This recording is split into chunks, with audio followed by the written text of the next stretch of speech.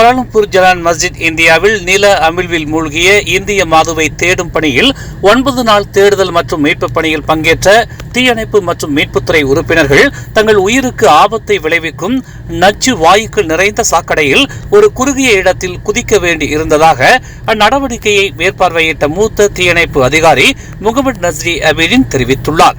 தேடல் மற்றும் மீட்பு நடவடிக்கையில் ஈடுபட்ட 29 டைவர்களும் உயிருக்கு ஆபத்தான பணிகளில் ஈடுபட்டதாக அவர் கூறினார்.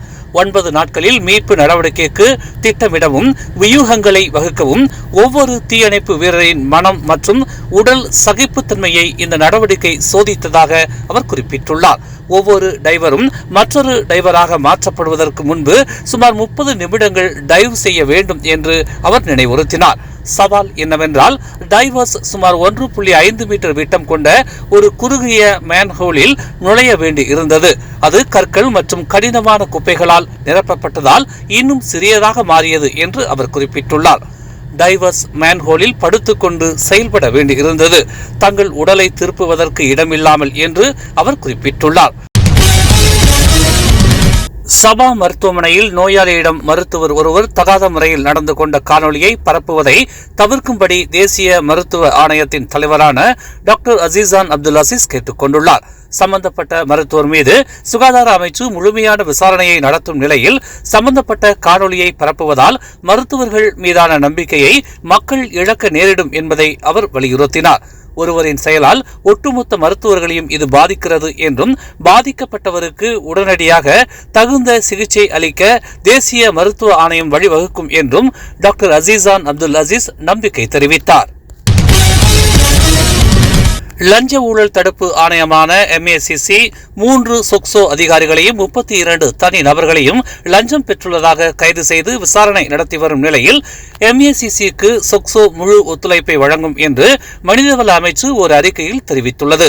சுமார் 2 மில்லியன் ரிங்கிட் ஊழலில் தொடர்புடையதாக சொக்சோ அதிகாரிகள் மூவரும் 32 தனி நபர்களும் கடந்த செப்டம்பர் 2ஆம் தேதி லஞ்ச ஊழல் தடுப்பு ஆணையத்தால் கைது செய்யப்பட்டனர்.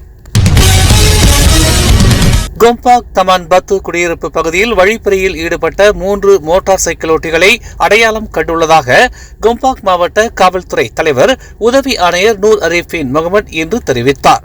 சாலையில் உள்ள CCTV கேமராவில் வழிப்பறி சம்பவம் பதிவாகி உள்ள நிலையில் சம்பந்தப்பட்ட 3 மோட்டார் சைக்கிள் ஓட்டிகளை அடையாளம் கண்டுள்ளதாகவும் வழிப்பறியில் பாதிக்கப்பட்டுள்ள பெண் கொடுத்த புகாரின் அடிப்படையில் மோட்டார் சைக்கிளின் பதிவு எண் இருப்பதாகவும் அவர் தெரிவித்தார். ஜொகூர் மக்கோத்தா சட்டமன்ற இடைத்தேர்தலில் பெர்சாத்து வேட்பாளரை நிறுத்தும் பெரிகாத்தா நேஷனலின் முடிவை ஏற்றுக்கொள்வதாக ஜொகூர் பாஸ் கட்சி தெரிவித்துள்ளது.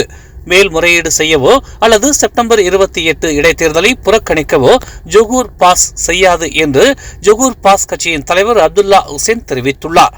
ஆரம்பத்திலிருந்தே இறுதி முடிவு மத்திய தலைமையின் கையில் உள்ளது என்று தாங்கள் கூறி வருவதாக அவர் நினைவூட்டினார். 5 வயது மகளை துன்புறுத்தியதாக நம்பப்படும் 32 வயது பெண் இன்று சுங்கை பஜார் மஜிஸ்ட்ரேட் நீதிமன்றத்தில் குற்றத்தை ஒப்புக்கொண்டார். தனது 28 வயது காதலனுடன் சேர்ந்து தனது 5 வயது மகளை துன்புறுத்தியதாக அவர் வாக்குமூலம் அளித்துள்ள நிலையில் அவரது காதலனையும் காவல்துறை தேடி வருவதாக கொலசலாங்கூர் மாவட்ட காவல்துறை தலைவர் உதவி ஆணையர் முகமது அம்பியா நோடின் தெரிவித்துள்ளார். மக்கோத்தா சட்டமன்ற இடைத்தேர்தலுக்கான ஒற்றுமை கூட்டணியின் வேட்பாளரை ஜொகூர் மந்திரி பெசார் டாக்டர் ஓன் ஹபீஸ் காசி அதிகாரப்பூர்வமாக அறிவிப்பார் என்று பரிசான் தலைவர் டாக்டர் ஸ்ரீ அஹமத் ஜாகிர் அமீடி தெரிவித்துள்ளார்.